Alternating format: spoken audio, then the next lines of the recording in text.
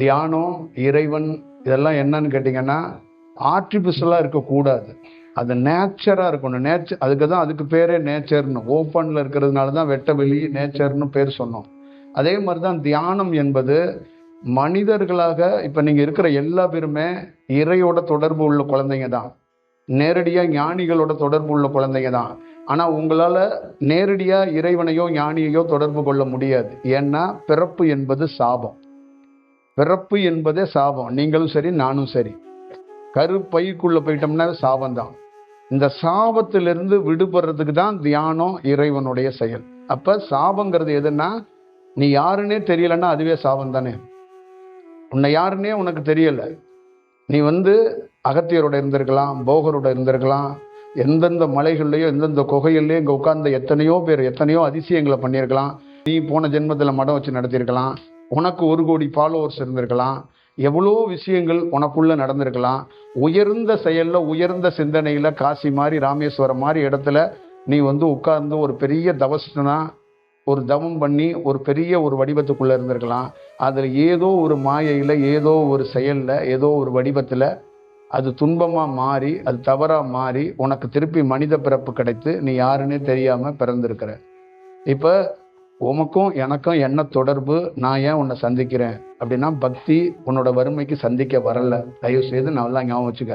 வறுமையை போக்குறது ஒரு சாதாரண சாப்பாட்டில் இருக்கிற கருவேப்பிலை தூக்கி ஓரமாக வைக்கிற மாதிரி. வறுமையை போக்குறதுக்கெல்லாம் பெரிய வேலையெல்லாம் நான் செய்ய வேண்டியதில்லை, பார்த்தா போதும். வறுமையை போக்குறது, காசு கொடுக்கறதுலாம் வேலையே இல்லைங்க. இதெல்லாம் ஒரு சாதாரண விஷயம். அழுகுற குழந்தைக்கு கிளுகிழுப்பு காட்டுற மாதிரி காசு கொடுக்கறதெல்லாம். ஆனால் பிறவி ஏன் எடுத்தோம்? இந்த பிறவி ஏன் எடுத்தோம்? இந்த பிறவியிலேருந்து எப்படி விடுபடுவது? ஒரு மனிதன் தன்னை ஒரு ஆராய்வதற்கும் தன்னுடைய முழு வடிவத்தை தெரிஞ்சுக்கிறதுக்கும் ஒரு வாய்ப்பை ஒரு ஆணுக்கோ ஒரு பெண்ணுக்கோ எத்தனையோ ஒரு இடத்துல போராடுறாங்க. நீங்கள் அத்தனை பேருமே கிட்டத்தட்ட ஒரு 20-25 ஆண்டுகள் இந்த தமிழ்நாட்டிலேயோ இந்தியாவிலேயோ பிற எத்தனையோ குருமார்கள்ட்ட எத்தனையோ ஆலயங்களில் நீங்கள் போராடுறது என்னன்னா, இந்த லைஃப்பில் ஏதோ ஒரு டிஸ்டர்பன்ஸாக இருக்குது, இந்த லைஃப்பை விட்டுட்டு என்னுடைய வாழ்க்கையில் வேற ஏதாவது ஒன்று பெறணும் அப்படிங்கிறது தான் உங்களுடைய நோக்கமாக இருக்கு, உங்களுடைய வடிவமாக இருக்கு. அப்போ லைஃப்பில் உங்களுடைய உண்மையான தேடுதல் ஏதோ ஒரு சக்தி அப்படின்லாம் கிடையாது. இறைனா அது தெரிஞ்சுக்கணும். நமக்கும் அந்த இறைக்கு என்ன தொடர்பு, இந்த பிரபஞ்சத்தில் இருக்கிற விஷயங்கள் என்னன்னு தெரிஞ்சுக்கிறதுக்காக தான் எத்தனையோ குருமார்களை நோக்கி நீங்கள் படையெடுக்கிறதுக்கும், நீங்கள் போகிறதுக்கும், நீங்கள் அமர்ந்து இருக்கிறதுக்கும், பார்க்கறதுக்கும் முக்கியமான காரணம். ஆனால் அதை உணர முடியுதான்னா முடியலை. அதுதான் சொல்றது, ஒரு பொருளை அப்படியே பயன்படுத்த முடியாது. மனிதனாக பிறந்த மனிதனோ, ஆடோ, மாடோ, குரங்கோ, எந்த பொருளாக இருந்தாலும் அந்த பொருளை அப்படியே பயன்படுத்த முடியாது. அந்த பொருளை சுத்திகரித்து அந்த பொருளை நல்ல தன்மைக்கு மாற்றி அப்போதான் அதோடைய இழந்த ஞாபக சக்தியை அது பெறுங்கிறாங்க. இப்போ நம்மளை மாதிரி ஒருத்தருக்கு சாதாரண கிராமத்தில் பிறந்து வளர்ந்து வாழ்ந்துட்டு இருக்கும்போது ஒரு தியானம்னு ஒன்று கிடைச்ச போது நமக்கு என்ன கிடைச்சிச்சுன்னா, நம்ம இழந்த சக்தியை கிடைக்கிறதுக்கு இழந்த சக்தினா என்னன்னா, இழந்த ஞாபகத்தில் இப்போ நான் யாருன்னே என்ன தெரியாமல் மறந்து போயிடுச்சு. என்னுடைய அம்மா, என் அப்பா, என் தம்பி, என் அண்ணன், என் ஊர், என் உறவு இதெல்லாம் தெரியுது. ஆனால் என்னுடைய ஒரிஜினல், என்னுடைய இன்னொரு வடிவம் ஒன்று இருக்குது, அது தெரியல எனக்கு. அப்போ இந்த தியானம் வரும்போது நான் இழந்த சக்தியை என் மெமரியிலேருந்து என்னுடைய பழைய ஞாபகங்களை வர்றதுக்கான ஒரு வாய்ப்புகள் உருவாக்கப்படுது. அப்போ உடல் சுத்திகரிக்கப்படுது. உடல் தியானத்தில் பல்வேறுபட்ட மாற்றங்கள் பெற பெற பெற பெற நான் என்ன பண்ணுறேன்னா, என்னுடைய வாழ்க்கையில் ஒவ்வொரு பொருளிலிருந்து நான் விடுபடுறேன். ரொம்ப அதிதீவிரமான அன்பு, அதிதீவிரமான தேடுதல், அதிதீவிரமான கமிட்மெண்ட், அதிதீவிரமான லட்சியம், அதிதீவிரமான ஒருத்தர் மேலே இன்ஸ்பிரேஷனாக இவர் தான் என் வாழ்க்கையில் இன்ஸ்பிரேஷன், இப்படியெல்லாம் நிறைய வச்சுருந்தது எல்லாமே அதுலேருந்து விடுபட்டு வர்றேன். அப்போ நம்மளுடைய வாழ்க்கையை ஒரு எளிமையாகவும் ஒரு யதார்த்தமாகவும் ஒரு இயல்புக்குள்ளே கொண்டு வர்றதுக்கு எனக்கு அதுவாக தோணுது. இயல்புங்கிறது யாரோ சொல்லி கொடுத்து, ஒரு மாஸ்டர் சொல்லி கொடுத்து உருவாகாமல் எனக்குள்ளே தோணுது. அப்போ எனக்குள்ளே என்னை எளிமைப்படுத்திக்கிறேன், என்னை சிம்பிள் பண்ணிக்கிறேன். என்னுடைய வாழ்க்கையோடைய பயணத்தோட எல்லா செயல்படையும் திட்டத்தையும் அதை ரொம்ப இன்னும் எவ்வளோ எளிமைப்படுத்திக்க முடியுமோ அது அதுவாக நடக்குது. அப்போ அதுக்குள்ளேருந்து என்னுடைய இழந்த ஞாபக சக்தி கொஞ்சம் கொஞ்சமாக தெரிய தெரிய தெரிய தெரிய என்ன ஆகுதுன்னா, இந்த நேச்சரோட ஒரு கனெக்ட் கிடைக்குது. இந்த தியானம் பண்றவங்களோட ஒரு கனெக்ட் கிடைக்குது. அப்ப கொஞ்சம் கொஞ்சமாக நம்மளுடைய இந்த பிறப்பிலிருந்து, இந்த பிறப்பு என்ற மாயையிலிருந்து, இந்த சுழற்சியிலிருந்து விடுபடுறதுக்கான வாய்ப்புகள் கிடைக்கும். இப்ப இதுதான் எல்லா குழந்தைகளுக்கும் எல்லா மக்களுக்கும் கிடைக்கணுங்கிறது. எல்லா மக்கள்கிட்டையும் ஒரு தனித்துவம் இருக்கு. இங்க இருக்கிற எல்லாத்துட்டையும் ஒரு தனித்துவம் இருக்கு. இங்க இருக்கிற எல்லாத்துட்டையுமே ஒரு சாதிக்கக்கூடிய வல்லமை இருக்கு. ஆனா அவங்களுக்குள்ள அந்த உள் உணர்வுல அந்த உள் உணர்வு வேலை செய்யல. அந்த உள் உணர்வை அந்த உணரணும் பாங்கல்ல. இப்ப என்னன்னா, ஒரு ஞானியா இருக்கிறவன் அவன் பிரபஞ்சத்துக்கிட்ட பனிஷ்மெண்ட்டே வாங்கக்கூடாது. அந்த பனிஷ்மெண்ட் வாங்காம தப்பிக்கிறான் அப்படின்னா, இப்ப நாம இருக்கிறோம்னா நம்ம கிட்ட என்ன ஒரே ஒரு பிளஸ் இருக்குன்னா, அது உணர்த்தும். அது உணர்த்தும் போது தீர்க்கமாக அப்படியே அமர்ந்து, அப்படியே எப்படி இருக்கு, ஒண்ணுமே இல்லாத சமாதி மாதிரி அமர்ந்து அது உணர்த்துறத அப்படியே உணரணும். நம்ம ஒண்ணு உணர்த்தும், அந்த உணர்த்துறத அப்படியே உணரணும். அப்படியே மௌனத்துல உணரணும். அப்ப உணரும் போது அங்க நீ பிரபஞ்சத்திலேருந்து பனிஷ்மெண்ட்லேருந்து தப்பிக்கிறேன்னு அர்த்தம். அப்ப உணர்த்த உணர்த்த உணரணும், உணர்த்தும் உணரணும், உணர்த்தும் உணரணும். இப்ப இந்த உணர்த்துறத உணர்ந்துட்டானா ஒருத்தர் எல்லா தண்டனையிலிருந்து விடுபடுறான்னு அர்த்தம். இப்ப இங்க உணர்த்துது, அது அதை உணர முடியாம இருக்கிறதுக்கு காரணம் மனம், எண்ணம். நம்மளுடைய முழு வடிவத்தை அந்த சாப விமோசனம் அடையாதனால நம்மளால பாதி, எங்கேயாவது தியானம் பண்றவங்களுக்கு ஒரு நல்ல வடிவம் காட்சியா கிடைக்குது, தியானத்துல கனவா வருது, உணர்த்தப்படுகிறது. ஆனா அந்த வடிவத்தை உணர முடியல. அப்ப சில நபர்கள் உணர்றாங்க, அப்புறம் அதை விட்டுறாங்க. அப்ப அந்த உணர்ந்து வேலை செய்யாதனால ஒரு பனிஷ்மெண்ட் மாதிரி ஆயிடும். அப்ப எப்பயுமே லைஃப்ல ஒரு தீர்க்கமாக ஒவ்வொரு தனி மனிதனுக்கும் உங்க லைஃப்ல நடக்க போற ஒவ்வொரு இன்சிடென்ட்டும் உணர்த்தப்படும். அந்த உணர்த்தப்படுறத முழுமையா உணர முடியாதனாலதான் நீங்க தவிக்கிறீங்க. என் லைஃப்பும் அப்படிதான், உங்க லைஃப்பும் அப்படிதான். அந்த உணரும் போது நான் வேற மாதிரி மாறுறேன். அப்ப உணரும் போது எனக்குள்ள என்னன்னா, நான் வேலை பார்க்க வேண்டியதில்லை, நடக்க போறத அந்த உணர்தல் அப்படிங்கிறது என்னன்னா, நடக்க போறத அழகா முன்கூட்டியே அது உணர்த்தி சொல்லிடுது.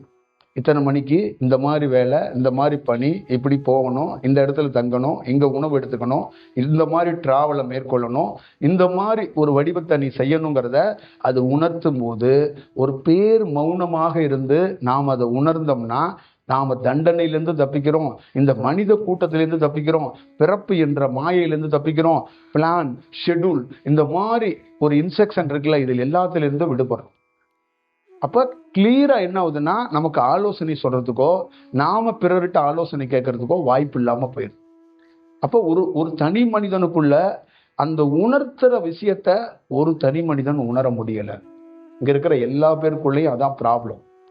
அப்ப அந்த வடிவம் மாறுறதுக்கும் அந்த வடிவம் கிடைக்கிறதுக்காக தான் ஒரு குருவை சந்திக்கிறதுக்கு முக்கியமான காரணம், அந்த உணர்தலை நான் உணர்ந்து வேலை செய்யணும், நான் உணர்ந்து பார்க்கணும், உணர்ந்து நடக்கணும். அதனாலதான் காது இல்லாத நாகத்துக்கு கூட உணர்ந்ததுனாலதான் அது தெய்வீக நிலையை அடைஞ்சிச்சு. அப்ப அந்த உணர்ற தன்மை தான் இந்த உலகத்திலே ரொம்ப முக்கியம் அப்படிங்கிறது தான் நீங்க பார்க்கணும். அப்ப அந்த உணர்வு தன்மை நம்மளால பண்ணிக்க முடியலைங்கிறதுக்காக தான் நம்ம நான் ஸ்டாப்பா நம்ம படிச்சு வச்சிருக்கிறத, நம்ம கேள்விப்பட்டிருக்கிறத அதை தான் நம்ம மேற்கோள் காட்டுறோம்.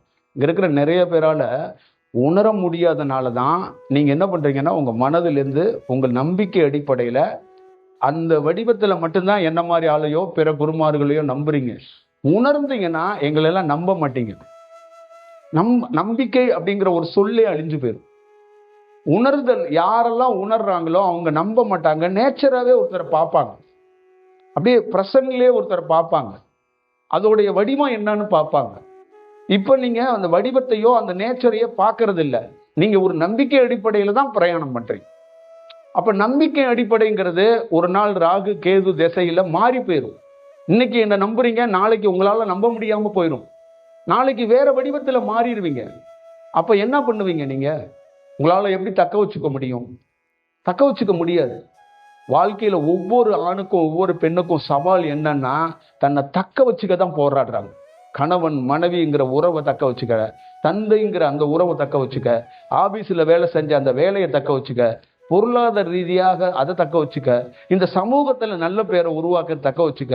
அப்புறம் நம்ம வீட்டுக்கு 10 உறவினர்கள் வந்து திருமணத்துக்கு வந்து விசேஷத்துக்கு வந்து முன்னிருந்தாங்க. காசு இருக்கோ இல்லையோ அவன் பத்திரிக்கை வச்சானா அந்த இடத்துல போய் சபையில நின்று அந்த கௌரவத்தை தக்க வச்சுக்க போராடுறான்.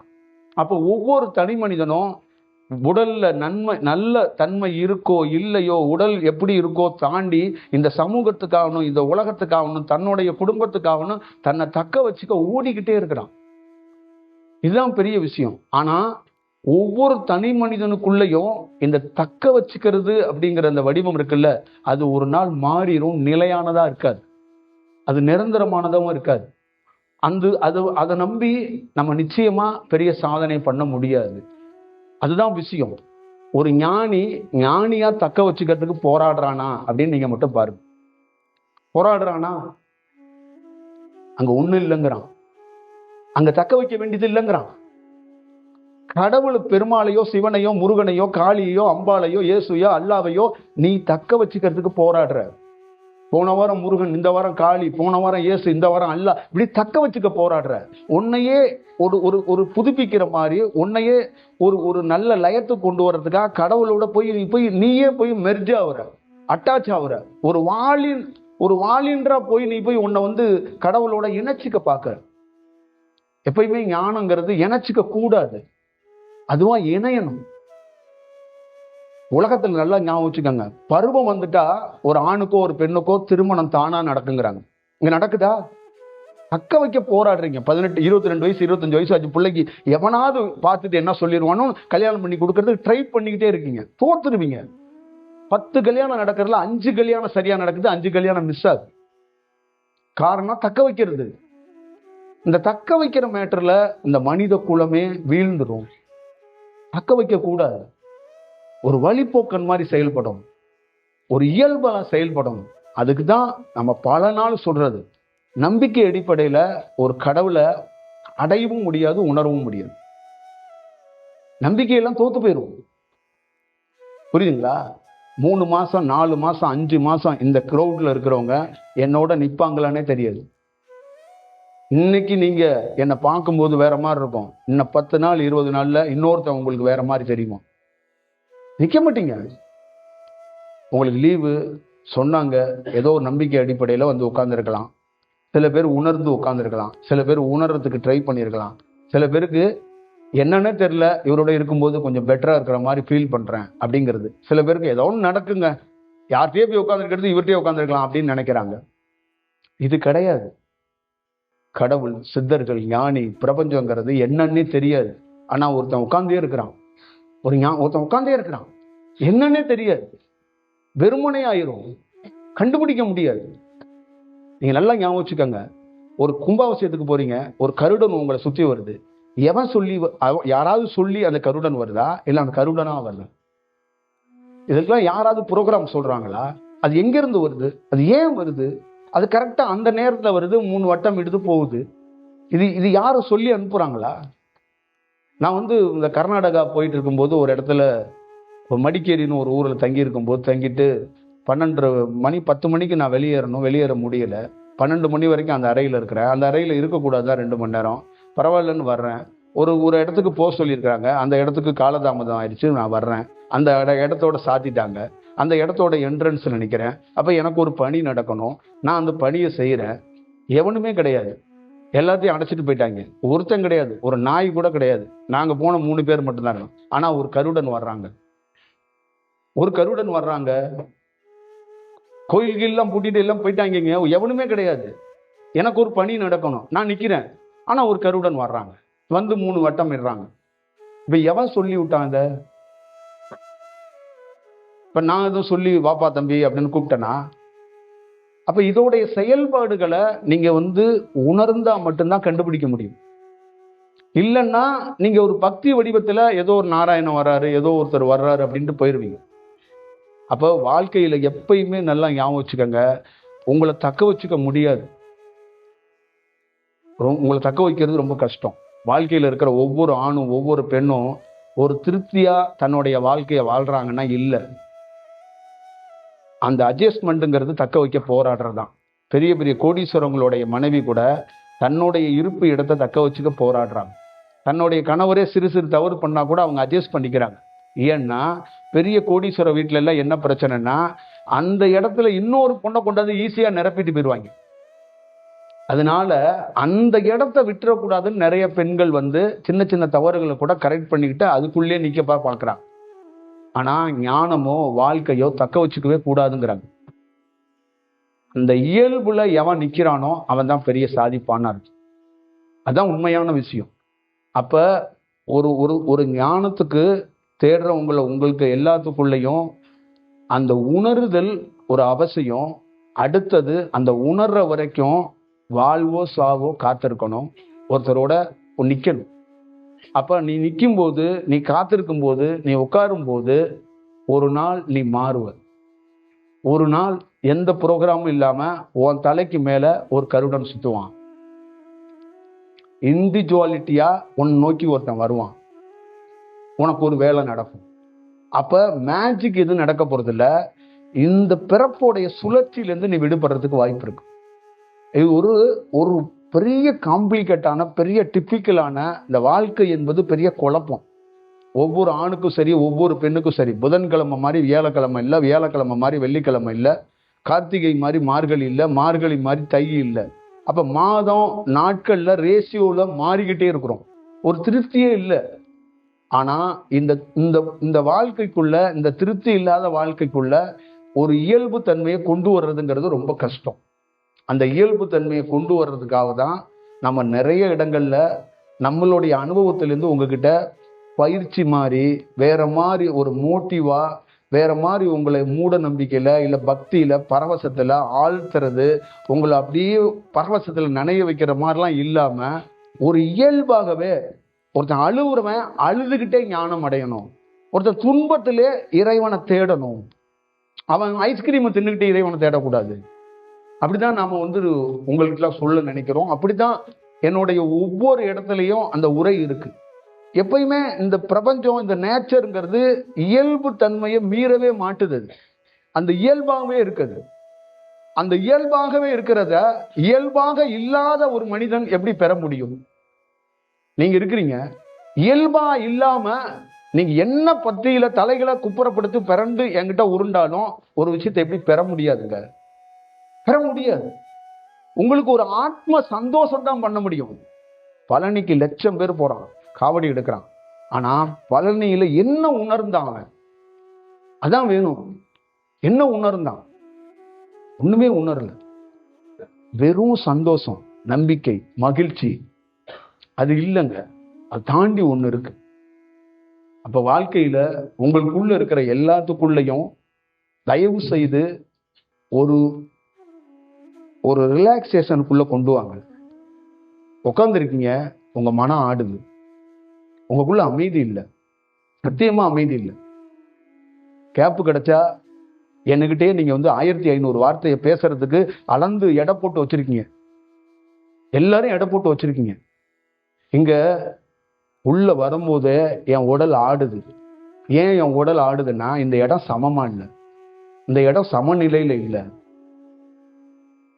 சமநிலையில இல்லாத போது எங்களை மாதிரி ஆளுங்களுக்கு காட்டி கொடுத்துரும்.